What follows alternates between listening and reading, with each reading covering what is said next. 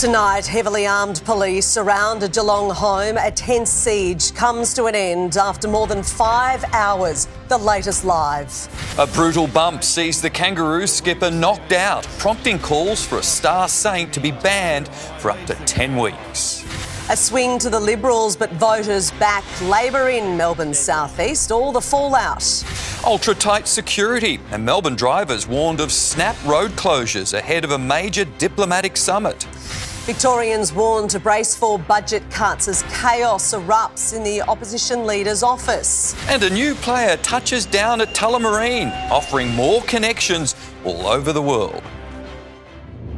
Live from Melbourne, 7 News with Rebecca Maddern and Mike Amor.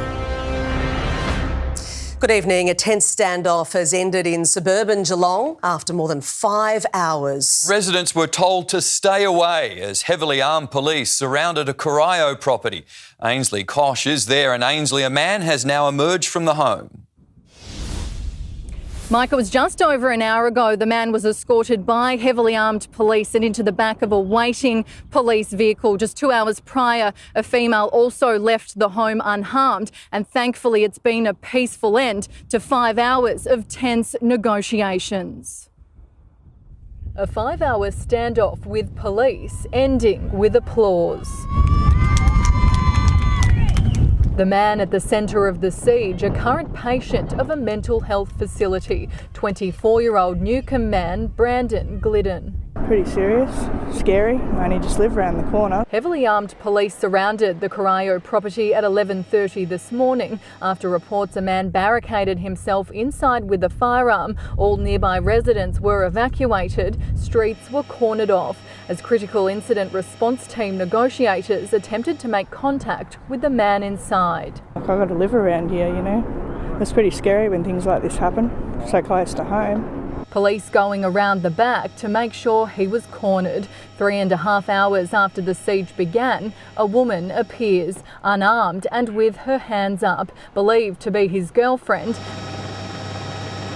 On their second attempt to get the man to come out, police had their tasers drawn. After another failed attempt within the hour, police attempted to gain entry through the side of the house, smashing the windows, before finally marching him out the front door of the Horn Square home just before 5 o'clock.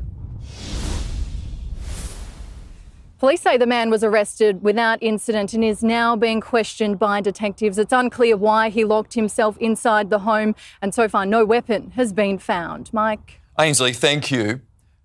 The AFL's pre-season has ended with another brutal bump, leaving Kangaroos skipper Jai Simpkin severely concussed. Chief Football reporter Mitch Cleary has the details. Mitch, there are calls for a star saint to face a significant ban. Well, Mike, it's one of the worst bumps in recent memory. It's prompted calls for St Kilda's Jimmy Webster to receive a 10-week ban. Now, the most likely outcome here is a suspension in the ballpark of 6 matches. Webster choosing to leave the ground, then bump, making contact to Simpkin's head. The exact action the AFL is trying to remove from the game as it faces class actions over years of previous head injuries and a week on from Angus Brayshaw's high-profile retirement due to repeated concussions. Simpkin was walking around in good spirits post-match and will now enter the 12-day concussion protocol, giving him some hope to play in the Kangaroos round 1 game in 13 days' time, while Webster can pencil in a date with the tribunal and a long time out of the game. Mike? Mitch Cleary, thank you. Despite opposition attacks over the cost of living crisis and immigration detainees, Labor has held on to the seat of Dunley in Melbourne. There was a swing against the government in the by-election, but a win was all Anthony Albanese was after. Suddenly, everyone seems to be yelling her name. Jodie Bellier, the new member for Dunley. I'm a mum from Frankston with 2 dogs and a mortgage. To Anthony Albanese, she's much more than that. A crucial win in the sort of Middle Australia seat he needs to hold, and where voters are looking for more cash support. Where's the cash? Let's keep the cash going. Oh, he's got cash, mate. An emotional victory in a by-election forced by the death of Labor's Peter Murphy. The result, Labor's primary vote holding up, but its margin cut after preferences 52-48, a 3.7% swing to Liberals' Nathan Conroy. Strong swings to the Liberals in the more affluent areas around Mount Eliza and the Mornington Peninsula, but Labor's vote holding up in the low and middle income centres of Frankston, Carrum Downs and Langwarrin. Dunkley was never a marginal seat, but by hell it's a marginal seat now. On a night, the candidate's wife revealed she's pregnant with their second child.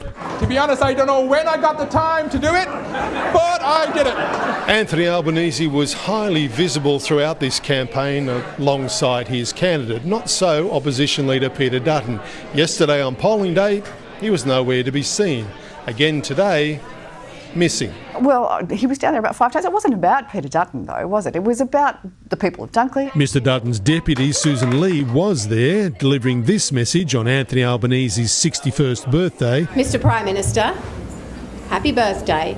We're just getting started. We are coming after you. The cost of the Prime Minister being there today, he couldn't watch his South Sydney Rabbitohs playing in Las Vegas. And kick-off's in 7 minutes. That's how much I care about this. They lost, unlike Jodie Bellier, hoping her victory is a bridge to the next election. And political editor Mark Riley is here in Melbourne tonight. Hello, Mark. The Prime Minister is hosting Southeast Asian leaders here this week, and China will certainly be on their minds. Good evening, Beck. Yes, but not on their lips. I suspect we won't hear them mention China by name, but it will be a constant presence as the ASEAN leaders meet here this week. The Southeast Asian community now is a larger trading partner for Australia than Japan or even the US, and it is getting bigger, so there'll be plenty of discussions about more trade. It means a lot of money to our economy, but it will be regional security that the leaders will be talking about behind closed doors here, and when that is the topic of discussion, there really is only ever one subject, and that is China.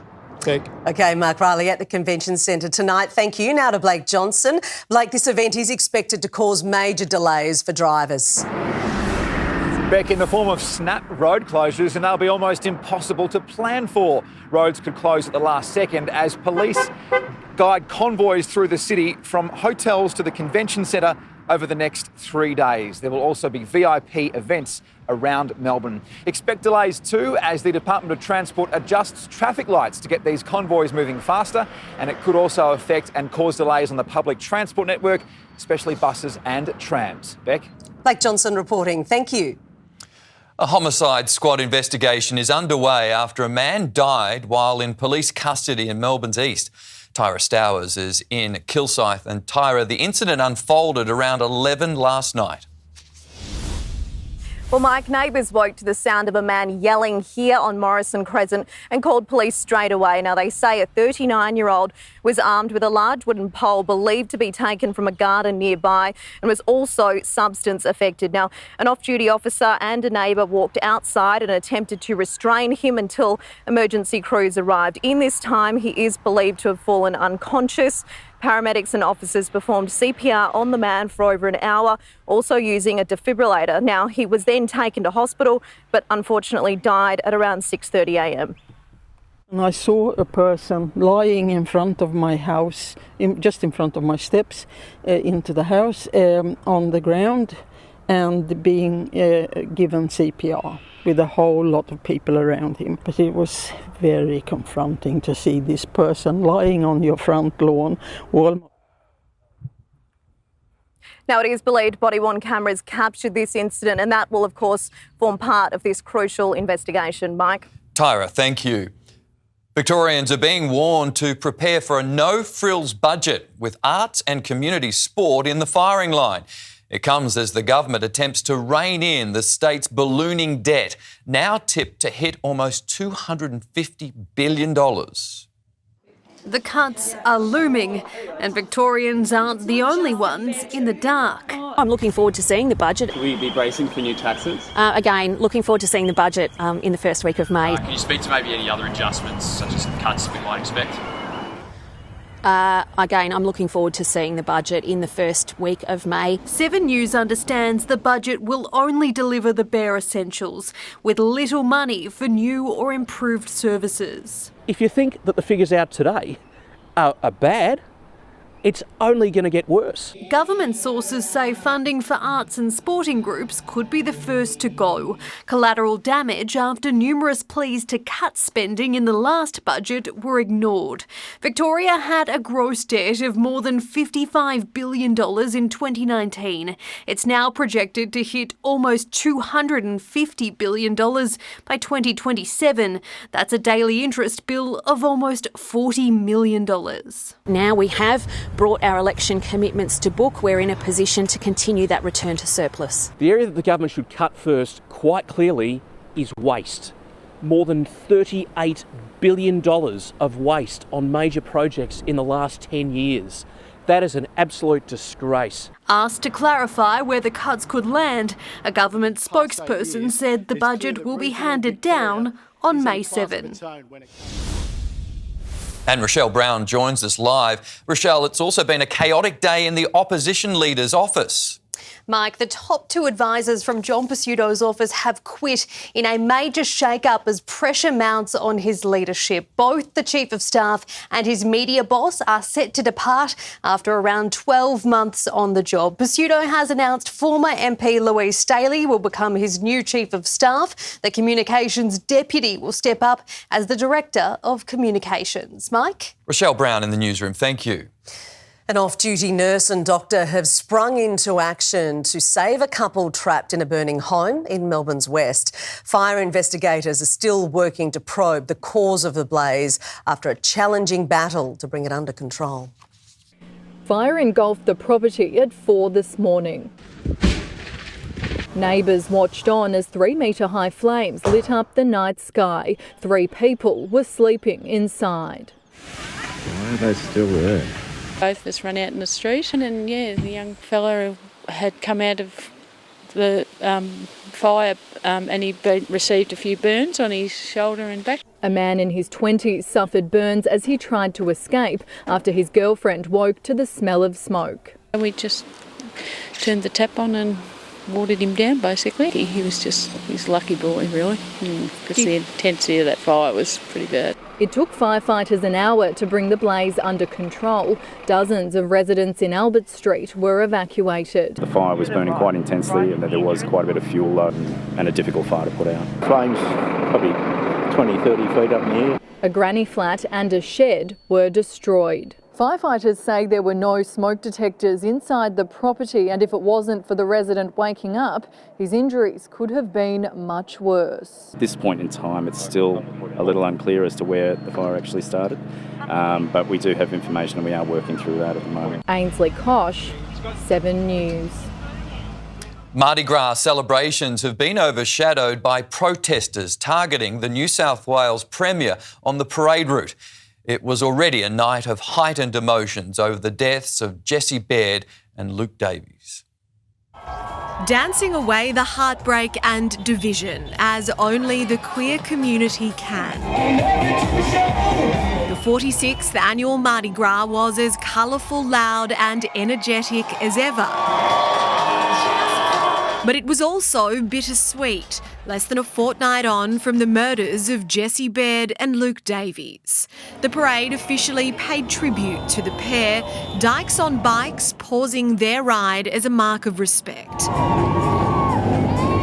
While Qantas, Luke's employer, sported his name on the side of its gay 380, his mother proudly marched alongside it. I hope that tonight brings a lot of healing for everyone, because I certainly know Luke was just the sweetest person and he would want everyone to celebrate unity and love and not focus on any discord or broken parts of our community. Much of that discord had been about police participation. The man accused of the double murder, a serving constable who had previously marched. But officers, led by Chief Commissioner Karen Webb, last night received a hero's welcome. A small, destructive minority instead politicised the Premier. Chris Minns' historic moment as the first sitting leader to march, hijacked by pro-Palestinian activists. With the coloured flares and the banner, I thought it was part of Mardi Gras. 8 people have since been charged with using violence to cause fear. The differences between large groups in New South Wales are probably further apart than they've ever been. There's room for 250,000 people here on Oxford Street, and organisers tell me they've reached capacity. It's vital support for the queer community at a time it needs it most. It means an amazing amount because it feels like we've come a long way. Jodie Lee, 7 News. One of the world's biggest airlines has touched down at Tullamarine, opening up new destinations and offering cheaper airfares. Turkish Airlines will eventually expand into other Australian cities, putting pressure on government officials to allow other airlines similar access. An Australian first arrival and international greeting after a very proud Turkish welcome at Tullamarine's viewing platform.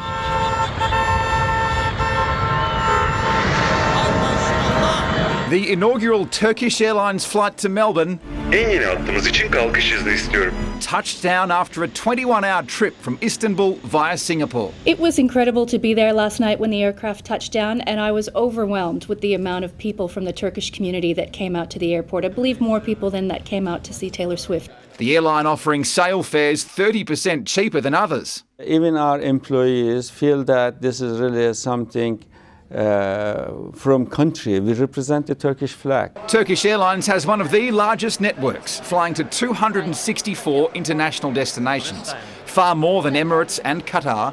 Singapore Airlines and its low-cost Scoot have 130, Qantas 75 international destinations. We've got the largest Turkish community in all of Australia, and we know there's people lining up out the doors just to get on flights and get out of here. For the tourist market, potential for a much-needed boost. We're only sitting at about just under 70% of our pre-pandemic performance when it comes to international here in Victoria. 3 flights to Melbourne per week will be joined by Sydney flights by December. The federal government has approved Turkish Airlines to eventually expand to 35 flights per week. Qatar Airways was knocked back requesting an extra 21. But 7 News understands Qatar Airways is in the process of reapplying. This has got to bring a lot of pressure to bear on the federal government. Qatar Airways should be looking right now at requesting more flights into more Australian cities. Blake Johnson, 7 News. Now to sport with Abbey Gelmi. Abbey, another Saints defender could be sidelined. Beck, it's not good news for Dougal Howard, who limped from the field. Those details are ahead. Plus, Sam Walsh among some key Blues, missing from training before Carlton's trip to Brisbane. Another big setback for Victorian batter Will Pucosky in the Sheffield Shield. And we'll have more on that Jai Simpkin knock with concussion, an issue that just won't go away. No, bad. Thanks, Abs. Residents have watched on as 8 connected garages ignited in Melbourne's southeast. Details next on 7 News.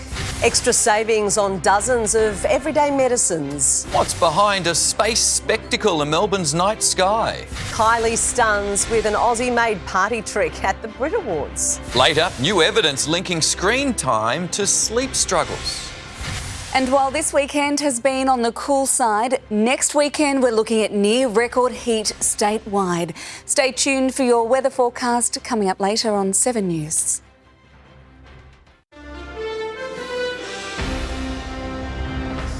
The Albanese government has doubled the number of medicines available for a 60-day prescription, adding 94 drugs to the list. Concession card holders are expected to save up to $189 per medicine each year. And those medicines that are now on the list cover a range of very common, widespread conditions in the community. Type 2 diabetes is probably the most significant.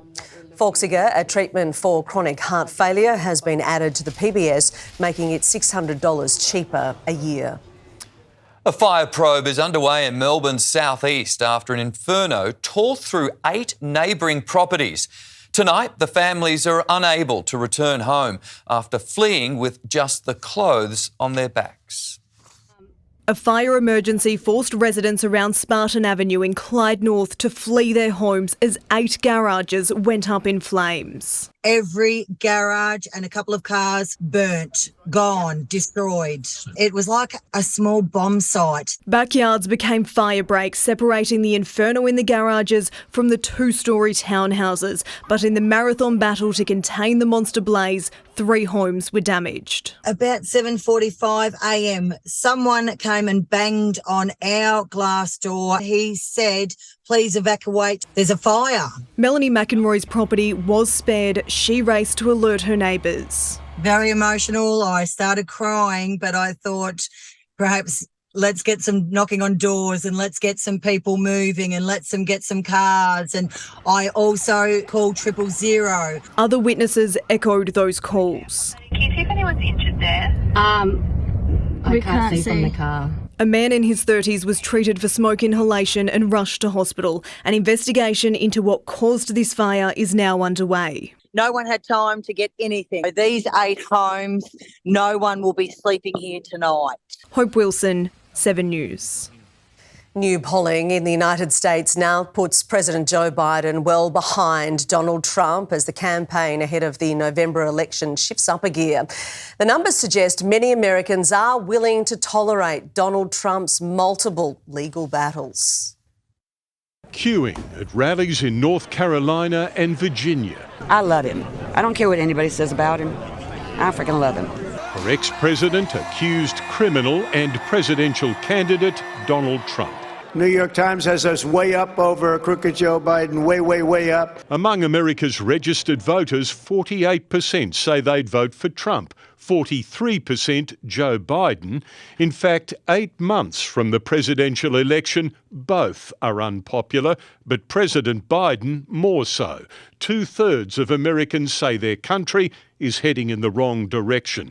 The White House sending First Lady Jill Biden to try and turn it around. Donald Trump is dangerous to women and to our families. No matter Donald Trump's 91 criminal charges, today Missouri and Idaho joined a so far unanimous list of states backing him as their nominee. This coming week, the peak of the US primaries, Super Tuesday. We need a leader that knows the difference between good and bad, between right and wrong. Many expect when Super Tuesday's results are in, Nikki Haley will be out, resigning before the Trump juggernaut overruns her campaign. Then it's Biden v Trump for 8 months.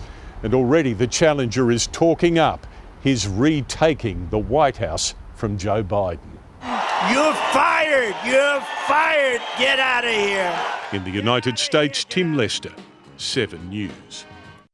Victorians were treated to a light show last night as a Starlink satellite train formed across the night sky. The spectacle caused a social media frenzy with hundreds of people posting their reactions online. Oi, that's a f***ing UFO. Do you reckon it's aliens? Must be. Something. Look. They're disappearing. What the hell? The low-orbiting satellites were first launched in 2019 by US-based company SpaceX. Kylie Minogue has celebrated her Brit Award win in the most Australian way possible, doing her first ever shoey out of a high heel with co-host Roman Kemp. Kylie, you ready? Cheers. Cheers.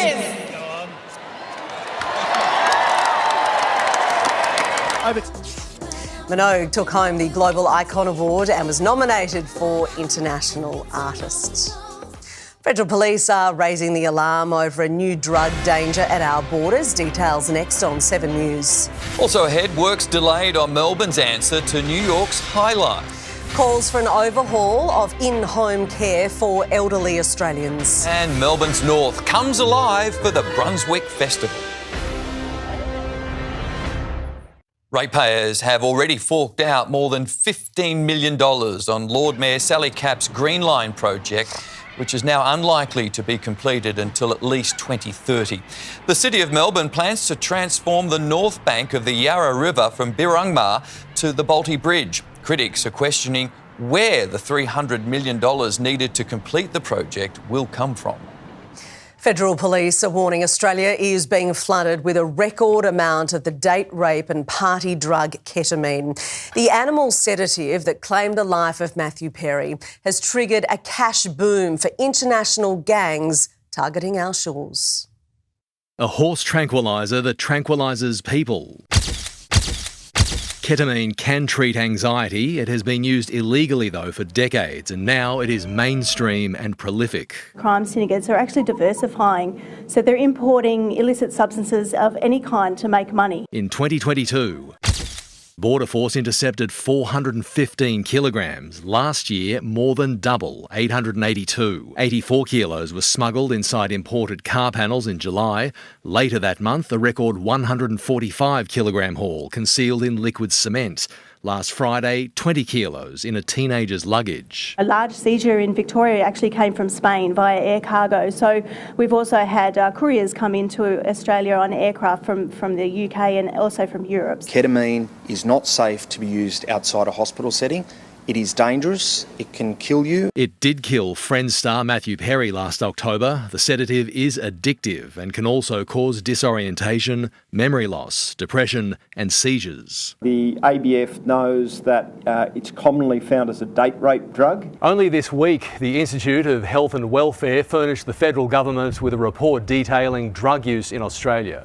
One headline was the rise of risky alcohol consumption. The other headline was ketamine. I've asked them to provide me as the Health Minister with some advice about the background trends that explain really what we see in that data. The business model for drug importers is no different. When demand is high, supply will rise to meet it. Robert Ovadia, 7 News. US officials are hopeful a ceasefire in Gaza could be just days away. Israel has signed on to a new proposal just as American aid drops begin over Gaza. Rolling out the back of a C-130 Hercules aircraft. 38,000 meals on 66 pallets parachuted into Gaza.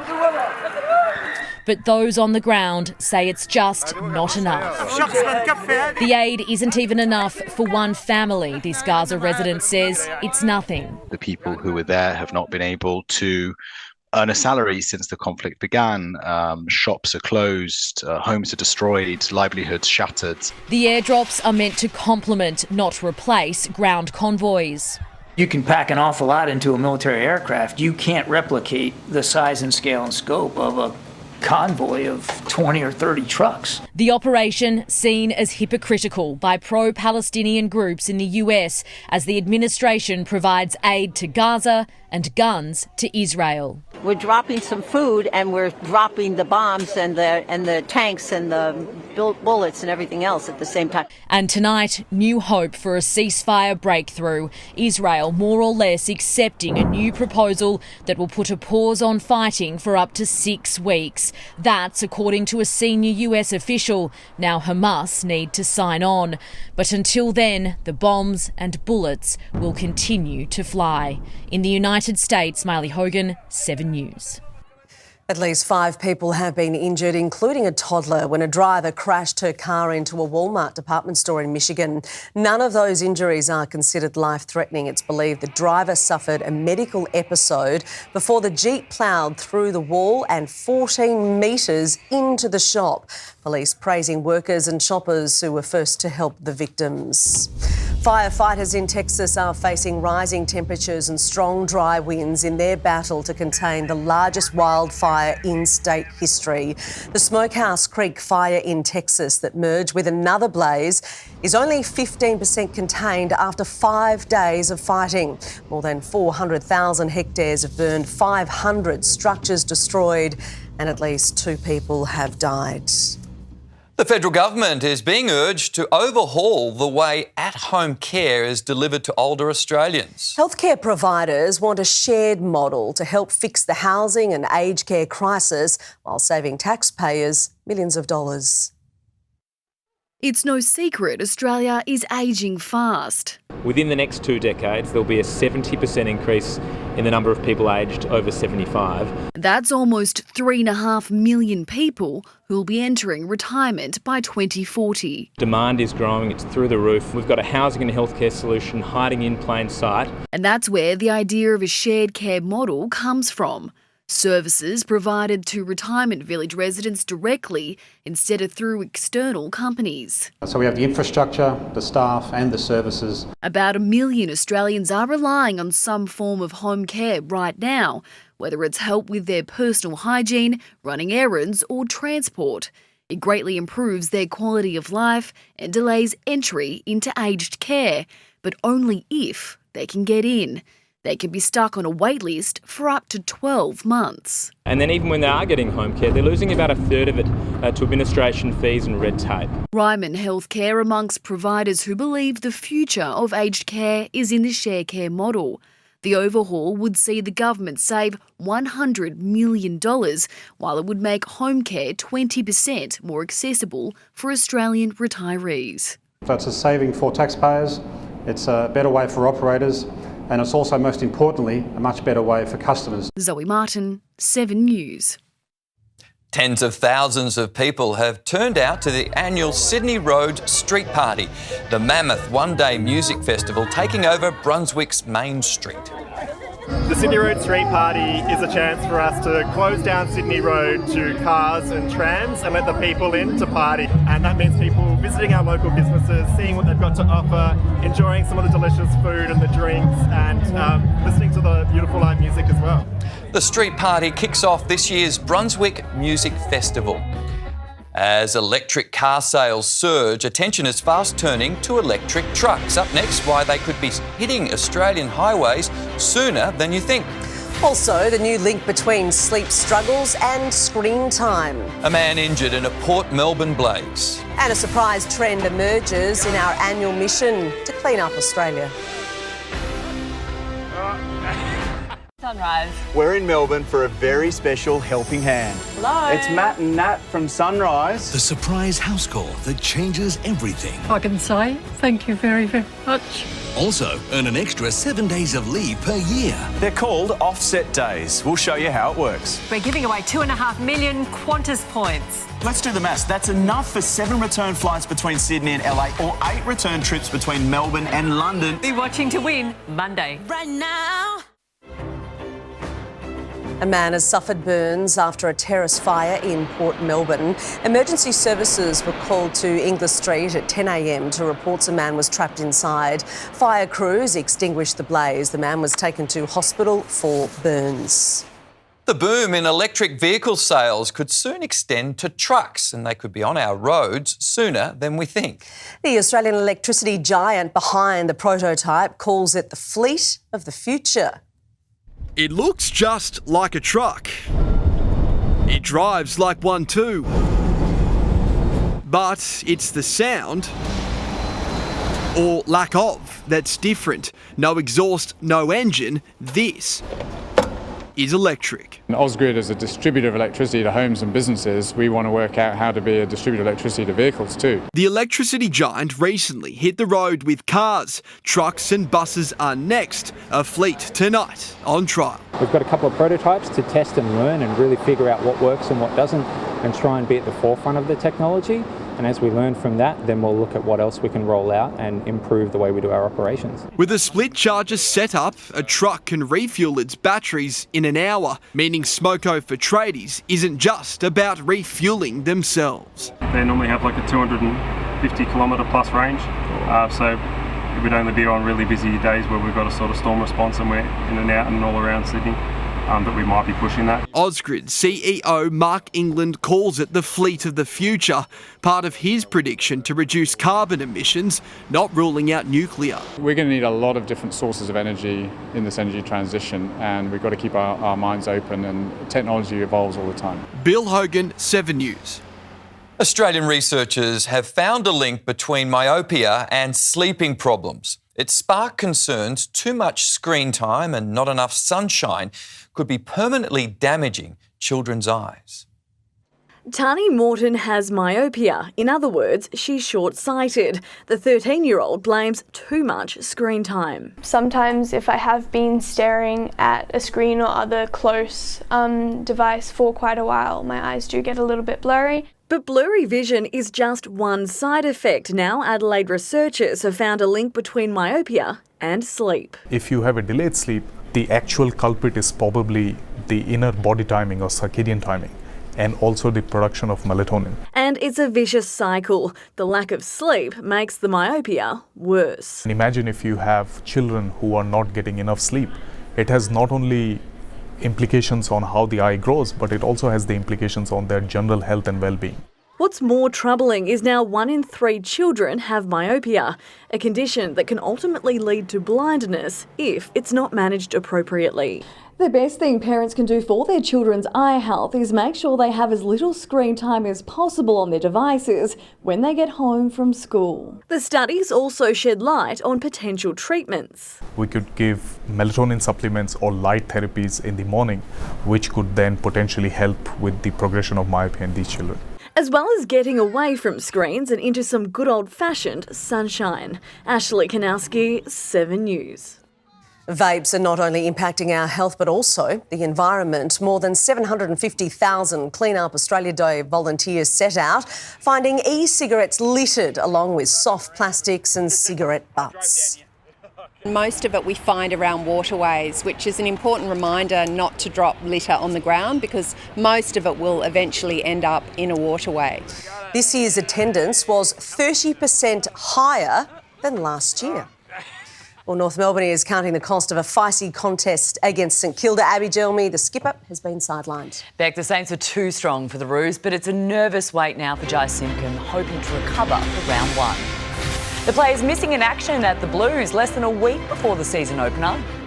Another nasty concussion for Victorian batter Will Pucosky in Tasmania. And the Lion King reigns supreme in the first test against New Zealand.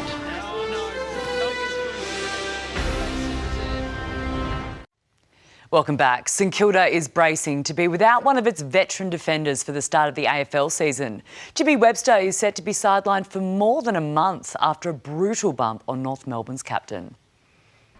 A heavy hit as the AFL cracks down on concussion. Nice and late from Jimmy, just too high, leaves the ground. North skipper Jai Simpkin forced out of the game after this bump by St Kilda's Jimmy Webster. He seemed fine. He watched the game from the bench in the second half. He'll obviously enter concussion protocols from here and we'll let our doctors and our medical team take care of him from here. Tensions on display following the incident as Webster faces a lengthy stint on the sidelines. He's obviously shown some remorse there, and I guess our thoughts are with North Melbourne player in Simpkin, hopefully that he's going to be okay. Simpkin suffering multiple concussions last season. He will be eligible to play by round 1. North Ball taking its time to kick in. Zane Dersma booting 2 goals in his first hit out, as well as an impressive goal from Callum Coleman-Jones. As Coleman-Jones has got the big torque going, it's going to bounce through from the centre circle. But it was St Kilda who managed to fight back. Henry. He's going to be an impressive player for St Kilda this year. He might be another one that thrives under Ross Lyon. And then throws in the party trick and says, I'm now a Sainer. Settle in and enjoy the show. The Saints will likely be without Dougal Howard, seen nursing a hamstring injury in the final quarter. Kate Massey, 7 News. Carlton superstar Sam Walsh faces an uphill battle to prove his fitness for the early rounds of the season. Chief football reporter Mitch Cleary has the latest on the Blues, and Mitch, it's bad timing for Walsh. Well, Abbey, it's now 3 weeks since Walsh has been in full training due to this. Even in a practice match, Mason Cox can't escape the drama. I don't know. And while he's still not tackling or kicking, Walsh is highly unlikely to travel and play in 5 days' time against Brisbane with no timeline on a return. Zach Williams trained but sat out running elements after he played managed minutes in the VFL last week, while Jesse Motlop was an onlooker during the 2-hour session. The Blues already without Jacob Wiedering and Jack Martin, Walsh a long shot, while Caleb Marchbank was another not on the track, as a premiership Pie got his eye in for the opening round. Even in a practice match, Mason Cox can't escape the drama. I don't know, it's a bit fiery. Footy's back. Wednesday night, reminiscent of last year's prelim final. A night Cox put a target on his back that he's expecting to come back in spades on Saturday night. We're excited to kind of get back into it, to go up to GWS and play them, who, we won by a point against the prelim final. Obviously, they'll be pretty pissed off about that, I'm sure. Already in a giant war of words this summer, Cox hitting back at Sydney's claims they have the game's biggest fan base. Do you think Collingwood has the most fans in the AFL after what's been sort of said this week? I would think the numbers would say so.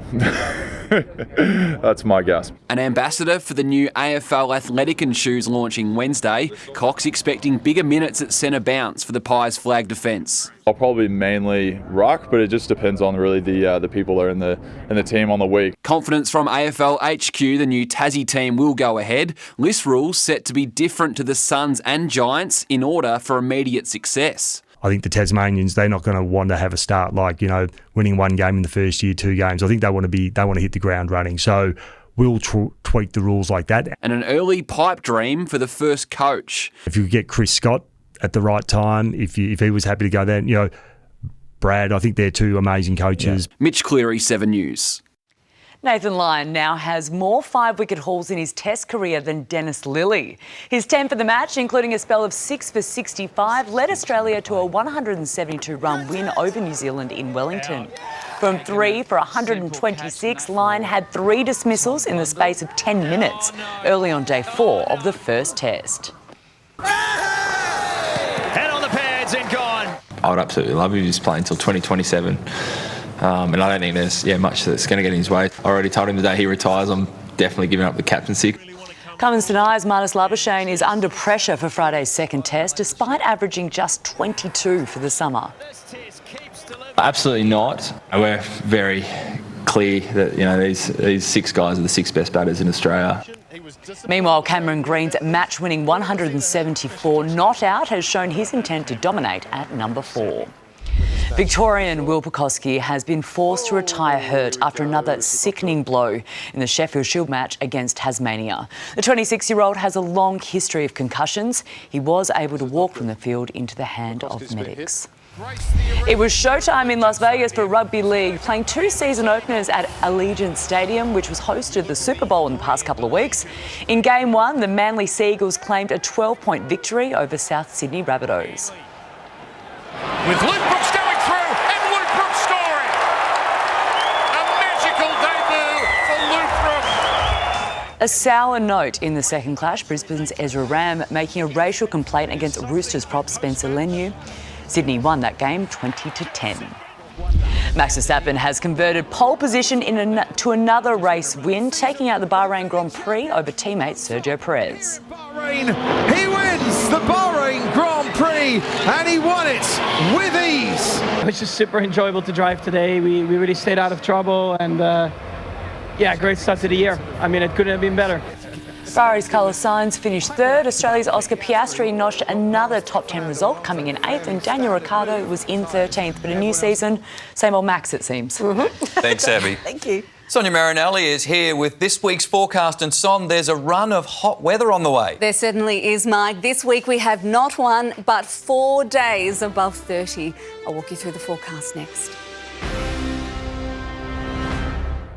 Monday, 7 News on the road, focusing on Melbourne's booming west. Rebecca Maddern and Jane Bunn live from Yarraville. 7 News, Monday. Our national treasure. Look what's happening. On 7 News. The whistleblowers, the rescue workers, the absurdity. 7 News. Monday. Hello again. Well, the autumn leaves might be already starting to fall, but we are not done with the summer heat just yet. We are in a cool spell right now, but get ready. From Tuesday to Sunday, we'll be hit with a run of above average temperatures. Today, quite a bit of cloud around and we had a chill in the breezy wind, but we did get some breaks of sunshine. 13 degrees was the overnight low, 21 our high. Again, that is a few degrees below average for this time of year. On the radar, we can see that cloud pushing up and over southern Victoria this morning. It only really generated a few light showers and it is starting to break up on either side of Melbourne.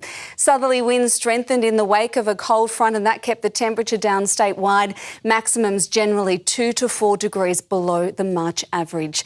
Tonight in the city, we are still under cloud, the temperature dipping to a low of 13 degrees. But tomorrow we are also expecting another coolish day, but high pressure is back in play And as it drifts to our south, it's going to open the door to warmer northerly winds. That's going to heat up the state from Tuesday, and we have heat wave conditions developing statewide later in the week. In the city, an unusual forecast for March. We are expecting 4 days above 30 this week, and on Saturday a top of 37. What we're not expecting this week is any rain, so we have a completely dry forecast for the city at this stage. OK, Run the Nation. Tomorrow, and a trough is bringing storms and rain to northern and western parts, but the southeast is nice and dry. Tomorrow will start out windy across Victoria as the winds tend more southeasterly. There'll be some cloud and the chance of the odd light shower again, but mostly likely that shower activity will be over Gippsland during the morning. The wind eases later in the day and the cloud clears to a fine sunny afternoon. Melbourne under a mix of sun and cloud, but the afternoon is when it will be sunniest. A coolish breeze keeping a lid on the temperature, maximums as high as 24. And it's a top of 21 degrees here in the city with plenty of sunshine in the afternoon. Looking ahead, 32 degrees on Tuesday. We're back to 30 on Wednesday. Thursday, 25, but then we're back to 29 on Friday, 37 on Saturday, 30 on Sunday. Wow, what a forecast. Can you believe that? I love it. Should be summer, but anyway, it's not. Thanks, Sol. And that's 7 News for this Sunday. We'll have updates throughout the night. For now, from the 7 News team, please take care. Good night.